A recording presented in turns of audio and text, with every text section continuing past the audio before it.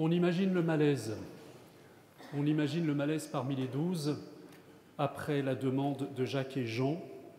On imagine tout ce qui peut habiter les 10 autres, un mélange de jalousie, un mélange de confusion. Ça ne les fait pas, comme on peut dire. Allez demander à Jésus de prendre la première et la deuxième place. Et nous sommes tous très modestes comme les autres, alors nous aurions peut-être eu la même réflexion, la même réaction que les autres apôtres. Et pourtant, est-ce que vous avez remarqué que Jésus ne rabroue pas Jacques et Jean? Jésus ne leur reproche pas leur demande. Jésus, au contraire, l'accueille. Est-ce que vous savez ce que vous demandez? Sans doute ne le savez-vous pas. Ce que vous demandez, vous l'aurez. Vous l'aurez, mais par des chemins qui ne sont peut-être pas ce que vous imaginez maintenant. Est-ce que vous osez tout demander à Dieu?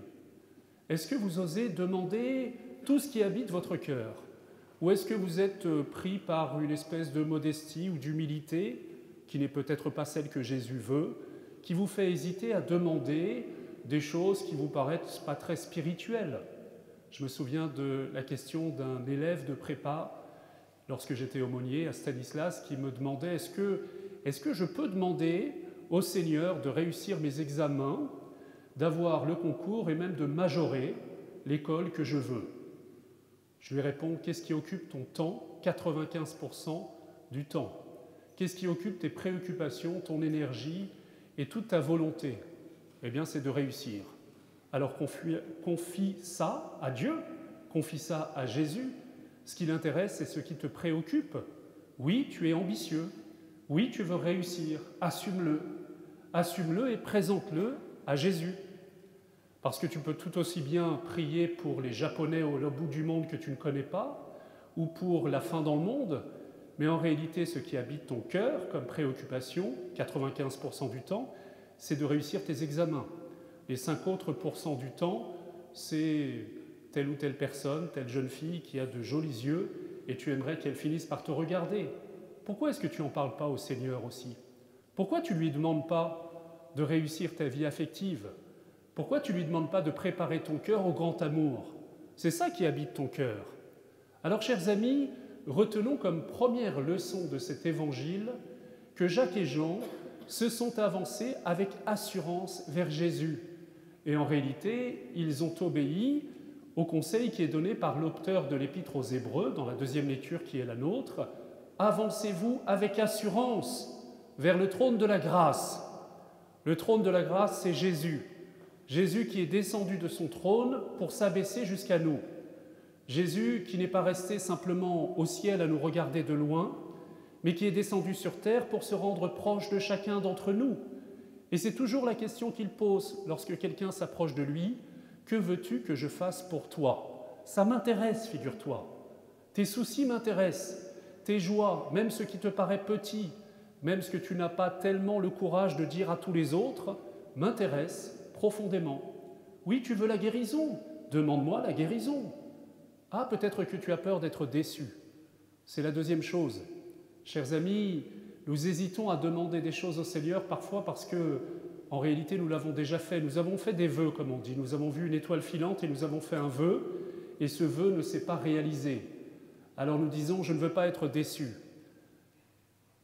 Eh bien, chers amis, oui, chacun d'entre nous a été déçu. Chacun d'entre nous a demandé quelque chose. C'est peut-être avancer avec assurance vers le trône de la grâce, et la réponse a été un silence ou alors une réponse opposée à ce qu'il désirait matériellement en tout cas. Alors est-ce que c'est la raison pour laquelle nous allons rentrer dans notre cœur nos désirs et penser qu'il y a d'autres personnes ou d'autres réalités qui sont chargées de s'occuper de nos soucis? Eh bien, d'abord, notons quel est le premier signe que Jésus a réalisé. Moi, ça me remplit de joie. Le premier miracle que Jésus a réalisé, ça n'est pas une guérison miraculeuse, impressionnante, ça n'est pas une résurrection, ça n'est pas un exorcisme. Jésus a transformé de l'eau en vin. Moi, ça me réjouit tellement, je ne sais pas pour vous. Jésus a été sensible à la tristesse d'un couple qui voit que le traiteur a bugué. Alors vous me direz, ce n'est pas l'essentiel c'est de se marier. L'essentiel, comme me disait un couple, c'est la messe. Ouais, mais s'il n'y a pas de pinard après, les amis, eh bien l'essentiel est un peu fade. Eh bien Jésus ne méprise pas cela. Jésus est sensible à la tristesse et à l'inquiétude de ce couple qui veut que tout se passe bien. Et Marie les aide. Ils n'ont plus de vin. Alors c'est vrai que Jésus résiste un petit peu. « Femme, que me veux-tu? Mon heure n'est pas venue. J'ai peut-être des choses plus importantes à régler. » Mais remarquez aussi qu'il va finir par s'exécuter. Alors n'ayons pas peur de tout confier au Seigneur. Et surtout, ce qui nous paraît le plus indifférent, ce qui nous fait hésiter en nous disant « Est-ce qu'il va bouger? Est-ce qu'il va se déranger de son trône ?» Eh bien, je vous le dis, oui. Et testez-le. Testez-le, les amis. Faites comme me disait un aumônier dans mon enfance. Il disait « Je te conseille la spirale de la confiance. Chaque jour, confie quelque chose au Seigneur. Confie une petite chose. Par exemple, moi, je pourrais lui confier de ne pas perdre tous les jours 10 fois mes clés et mes affaires. Juste 9 fois. Si le deuxième jour, je m'aperçois que je les ai perdues que 9 fois, eh bien, je commencerai à faire confiance. Et peut-être que je verrai qu'autour de moi, eh bien, les choses s'organisent mieux. Et je oserai lui demander quelque chose de plus important encore. Et c'est ainsi que s'inscrit une complicité avec celui qui n'a pas voulu rester au ciel, mais qui a voulu se rendre proche, vraiment présent, et qui n'est pas incapable de compatir à tous nos soucis, à toutes nos souffrances, à toutes nos joies, à tout ce qui habite nos cœurs. Première chose à retenir aujourd'hui, avançons-nous avec assurance jusqu'au trône de la grâce, qui n'est pas incapable de compatir à nos faiblesses. Deuxième chose, c'est l'épreuve de la réponse. Ah oui, si nous avons demandé quelque chose, le risque, c'est que lui ait son avis aussi sur la question. Le risque, c'est que lui entende notre désir et y réponde. Oui, c'est vrai, il y répond toujours, mais pas toujours de la manière que nous aurions aimé. Pour ma part, comme prêtre, peut-être que le sacrement qui m'édifie le plus dans ma confiance au Seigneur, c'est le sacrement des malades. Je n'ai jamais vu, frères et sœurs, qu'une personne qui reçoive le sacrement du malade n'ait pas été guérie. Vous m'avez bien entendu, guérie. C'est vrai que j'ai vu des enfants, des adultes revivre. J'ai vu des miracles. J'ai vu des gens qui devaient mourir et qui ne sont pas morts et qui sont même encore plus vivants après. J'ai vu aussi des gens qui demandaient la guérison et qui sont morts quelque temps après ou qui n'ont pas été guéris. Mais je vous l'affirme, ils ont reçu une guérison. Pour me faire comprendre cette petite histoire, ce témoignage qui m'a beaucoup marqué adolescent au lycée, on nous avait dit dans le cadre de l'aumônerie, vous allez entendre le témoignage d'une personne qui a été guérie miraculeusement à Lourdes. Génial, ça c'est intéressant. Quand vous avez 16 ou 17 ans, ça vous intéresse, et même après. Quelle ne fut pas notre déception, et on a entendu un murmure dans l'amphithéâtre lorsque nous avons vu la personne en question s'avancer avec assurance sur son fauteuil roulant. Et elle nous a dit « J'ai été guérie ». Oui, chers amis, figurez-vous que je suis né handicapé, je suis né paralysé des jambes. Et cette paralysie, je m'y étais habitué, en réalité non, pas tellement.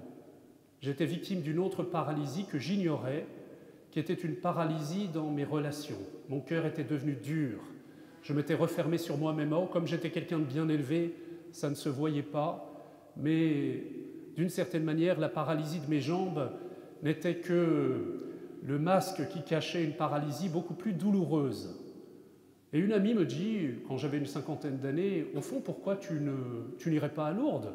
Pourquoi tu ne demandes pas un miracle ?» Je ne suis pas de ces superstitieux qui va allumer une bougie et qui pense, comme ces mamas italiennes, qu'après quelques gris-gris, eh bien, il y aura un miracle qui s'opérera. Mais pourquoi tu n'essayerais pas? Et elle l'a fait, chiche, elle est allée. Elle a fait les 22 heures de train avec la SNCF qui n'est pas très pressée d'emmener les pèlerins. C'est déjà une preuve, jusqu'à Lourdes. Et puis quand elle est arrivée, elle a fait la totale, le programme total. Vous savez, celui qui est bien humiliant quand on est un peu snob, quand on a une spiritualité un peu élevée, comme on peut dire.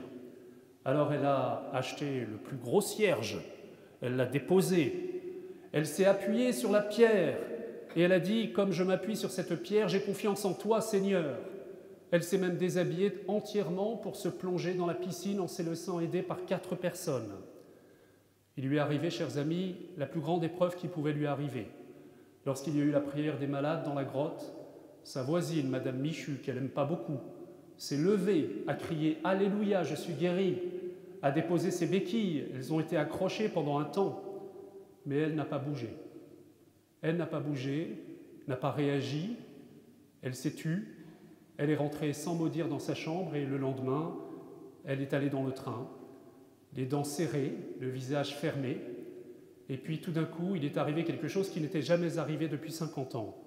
Elle a pleuré, elle a craqué, comme on dit, son cœur s'est vidé de tout le trop-plein de colère, de tristesse qu'elle avait accumulé depuis des dizaines d'années.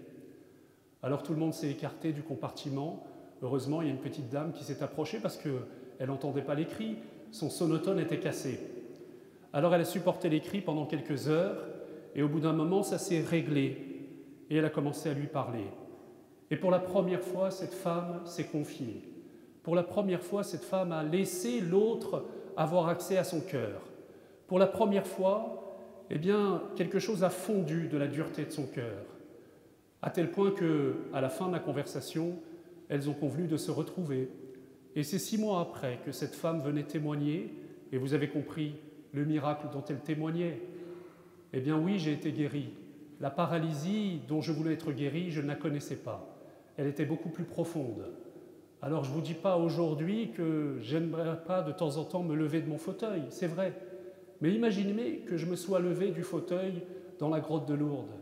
Je rentrais à Paris aussi seul, aussi glacial dans mon cœur, aussi dur de cœur que j'étais venu.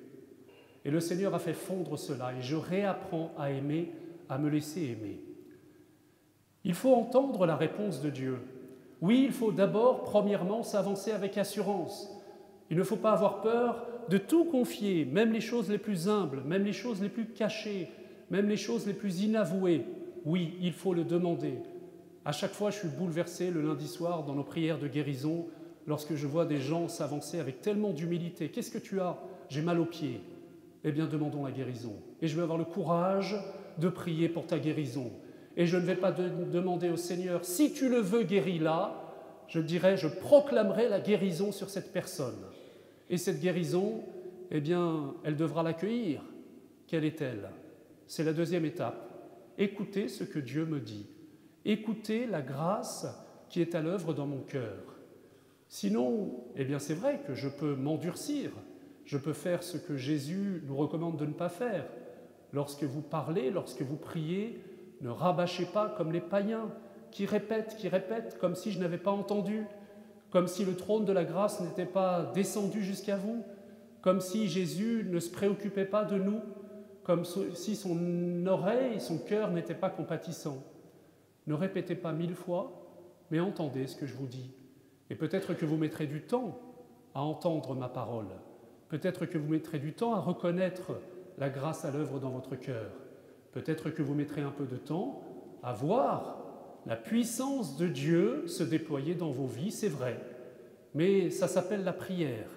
La prière, c'est la rencontre de 2 volontés. Que veux-tu que je fasse pour toi ? Voilà ce que je veux. Et voilà ce que je souhaite te donner en réponse à ta demande. C'est la rencontre de 2 volontés. Même Jésus s'est affronté à cela. Vous savez, le soir du jeudi saint, lorsqu'il prie, « S'il est possible, Père, que cette coupe s'éloigne loin de moi. » Oui, il n'avait pas très envie d'y aller. C'est vrai, on peut le comprendre. Mais non pas ce que je veux, mais ce que tu veux, finit-il par dire, parce que c'est de cette manière que le monde sera sauvé. C'est de cette manière que la guérison des cœurs pénétrera dans le cœur de tout homme, parce que je m'offre sur la croix, comme Jésus l'a fait. Troisième chose, une fois que nous avons entendu le Seigneur, le critère que nous avons été exaucés, le critère que Dieu, pour savoir que Dieu a véritablement agi dans mon cœur, c'est ce qui arrive chez Jacques et Jean. Ils se mettent à la suite de Jésus. Ils sont plus attachés après qu'avant à Jésus. Ils sont plus abandonnés à sa volonté. Ils sont devenus disciples. Un disciple, c'est celui qui suit Jésus. Quelqu'un qui a été exaucé et qui n'est pas plus proche de Jésus après qu'avant, eh bien, je douterais que sa guérison ait été effective. Je douterais que le dialogue ait été authentique. Je douterais que la rencontre se soit vraiment réalisée. Chers amis, admirons le chemin de Jacques et Jean. Jean a été exaucé. Jean était bien là, à la droite de Jésus, lorsqu'il trônait dans la gloire. Le paradoxe, c'est qu'il trônait dans la gloire, assis non pas sur un trône de gloire comme nous le connaissons, mais sur le gibet de la croix. Le paradoxe, c'est que sa couronne de gloire était une couronne d'épines. Et pourtant, Jean était bien là au pied de la croix, et Jean participe de la gloire du Christ aujourd'hui. Et Jacques ne tardera pas par la suite à faire de même, puisqu'il a offert sa vie jusqu'au bout au Christ. Eh bien voilà l'accomplissement des promesses, l'accomplissement des désirs de notre cœur. N'ayez pas peur de voir grand, n'ayez pas peur de déranger le Seigneur, n'ayez pas peur de fendre la foule comme les deux l'ont fait, et vous vous fichez de ce que les autres disent. Avancez-vous avec assurance vers le trône de la gloire. J'oublierai jamais, le 19 octobre 1997, c'est ancien ça, j'arrivais à Rome, et c'était la proclamation du doctorat de Thérèse de Lisieux, cette petite humble fille qui est morte à 24 ans dans un obscur Carmel de Normandie et qui a été proclamée docteur de l'Église. Vous savez qu'elle disait quand elle était enfant à Jésus, « Je sais qu'un jour le monde entier m'aimera. Je voudrais que tu dilates mon cœur de telle sorte que le monde entier m'aime. » Eh bien, je regardais son portrait au milieu de la place Saint-Pierre avec la foule, plusieurs centaines de milliers de personnes qui étaient là, et je dis, il ne s'est pas fichu de toi quand même, hein. Il ne s'est pas fichu de toi. Pourquoi ? Parce que tu as osé le lui demander. Tu as osé lui demander quelque chose qui pouvait paraître fou. Tu as été ambitieuse, mais ensuite tu as écouté la réponse, et tu as laissé Jésus éduquer ton cœur. Jésus nous exauce, figurez-vous, dans les deux sens du terme. Il exauce nos désirs, mais il les exauce, c'est-à-dire qu'il les fait grandir. Voyez comme cette personne qui était allée à Lourdes voulait guérir des pieds, eh bien en fait, Jésus a exaucé son désir, il l'a fait grandir, il l'a élevé jusqu'à une guérison plus grande, plus profonde, qui est la guérison de son cœur. Alors, chers amis, avançons-nous ce soir avec assurance jusqu'au trône de la grâce. N'ayons pas peur de déposer tout ce qui habite nos cœurs, mais demandons au Seigneur cette grâce, à l'Esprit Saint cette grâce d'écouter, d'être docile à la réponse de Jésus, et puis de nous laisser entraîner à sa suite. Amen.